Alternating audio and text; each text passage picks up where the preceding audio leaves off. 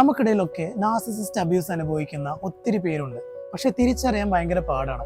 കാരണം ഇത്തരക്കാര് നമ്മളുമായി വളരെ അടുത്ത് നിൽക്കുകയും നമ്മളെ ഇമോഷണലി അവരുടെ ഒരു സർക്കിളിലേക്ക് എത്തിച്ച് ബാക്കി എല്ലാത്തിൽ നിന്നും മാറ്റി നിർത്തി അവരിലേക്ക് മാത്രമായി ഒതുക്കുകയും പിന്നീട് നമ്മുടെ ഇമോഷൻ വെച്ച് കളിക്കുകയും ചെയ്യുന്ന ഒരു വിഭാഗക്കാരാണിവർ.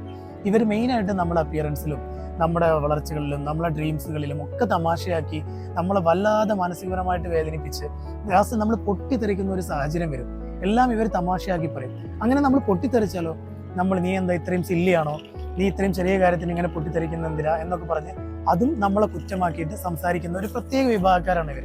ഇവരുടെ ഒരു പ്രത്യേകത എന്ന് വെച്ചിട്ടുണ്ടെങ്കിൽ നമുക്ക് ഇവരെ പെട്ടെന്ന് മനസ്സിലാവില്ല.